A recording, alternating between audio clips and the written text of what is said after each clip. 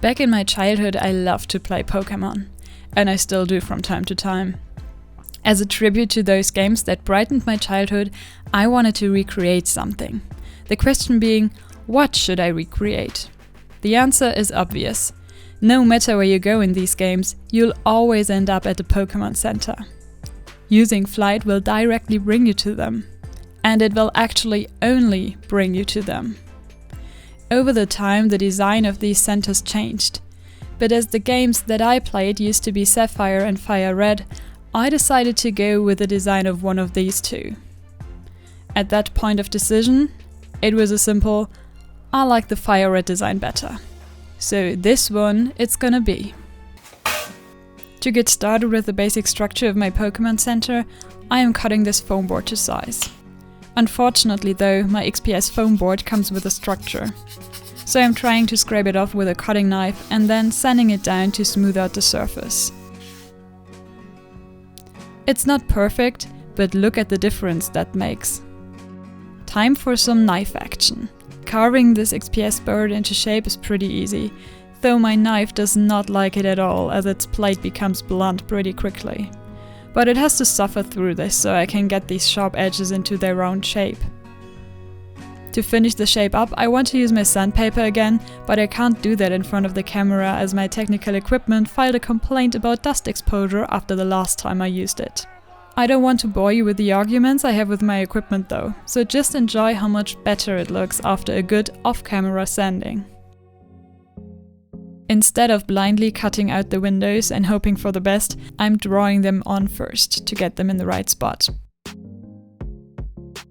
Cutting the door and windows out is easy enough. Just make sure to use a sharp blade.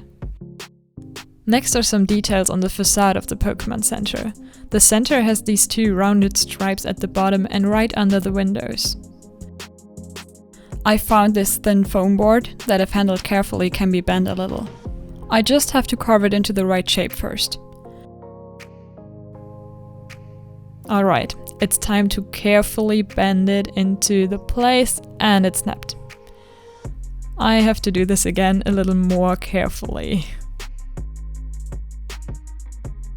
Do this again for the bottom one and on the other side. And I'd say it looks okay so far. Onto the middle part with the entrance.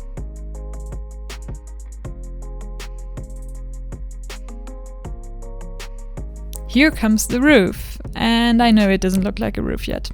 It needs some adjustments. These corners have to go. And the edges need to be rounder. This carving stuff is fun. It can be dangerous though, as you might see later on in the video. Anyway, after a little more off-camera sanding, the roof looks good to me. For a little more detail, I need pasta. The cardboard of the pasta.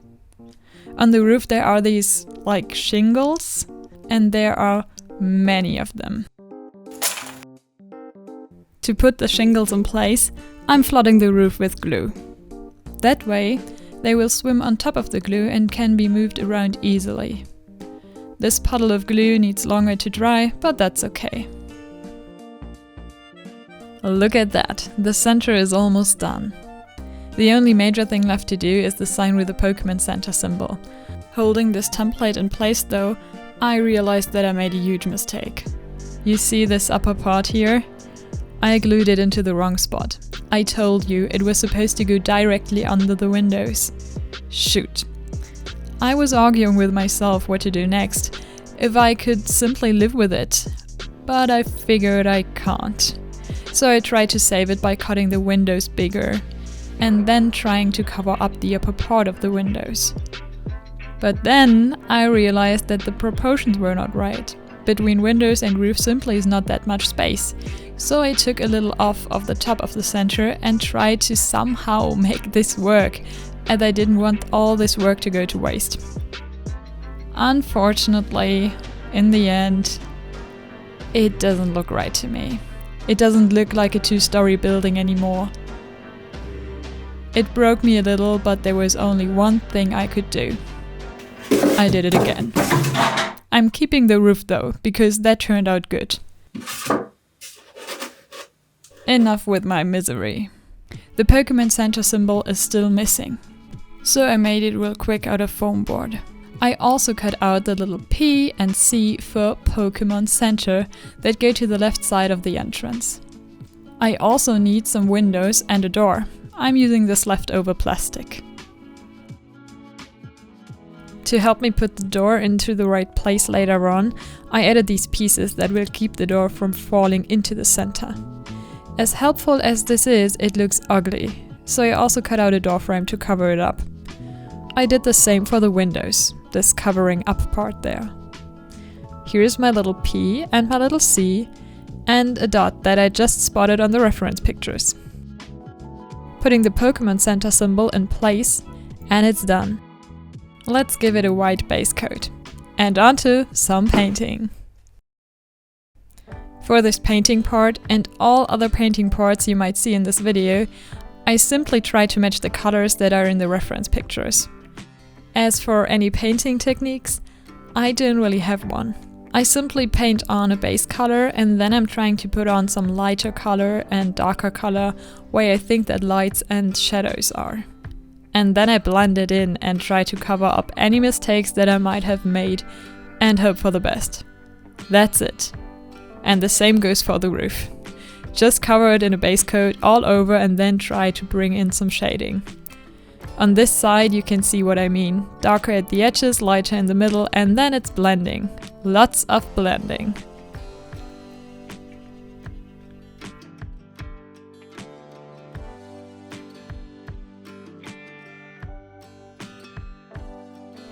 For the windows and door, it's back to nail polish. I feel like I should use nail polish at least once for each project I make. This time I used it as it is not as matte as acrylic paint. Instead it looks a little shiny, which is perfect for the windows and doors that are probably made out of glass. At least it looks like it. There really is only one problem. A nail polish bottle is way smaller than one with acrylic paint. When painting these parts for a second time, the unexpected happened and I ran out of that specific polish. I substituted with another one, as you can see here in the windows. Now to put all these pieces in place. Thanks to the precautions I took, this ended up being super easy. And I like the color a lot. It does not look exactly like glass windows, but it's as close as I can get. White walls without any flaws look way too unnatural. Time to put my dirty brush cleaning water to good use. Washing the walls down with it and a little extra paint makes it look less perfect and therefore more realistic. As in real life, nothing looks this clean. You can see the before and after, and I like the after much better. By the way, this is what my paint palette looks like. I know it's disgusting, but I want to make the roof look dirty as well. Now for some trees. I have this leftover XPS pieces from another project and thought I could simply put them on top of each other to create trees. For that, I have to cut out some circles. And please, when cutting, do not do what I am doing right here, cutting to your hand instead of away from it. You might end up injuring yourself. Here it's me thinking it's okay and acting as if nothing had happened, but as you can see it's getting kind of red, and I don't want this video to end in a bloody mess. A band-aid helps. Lesson learned. I'm cutting away from my hand now, which you should do if you ever try to do anything like this. With the basic shape done, I'm back to using some sandpaper to smooth out the surface and to add some treeish details. Look at the difference the sanding makes. Beautiful. Let's stack those tree pieces up.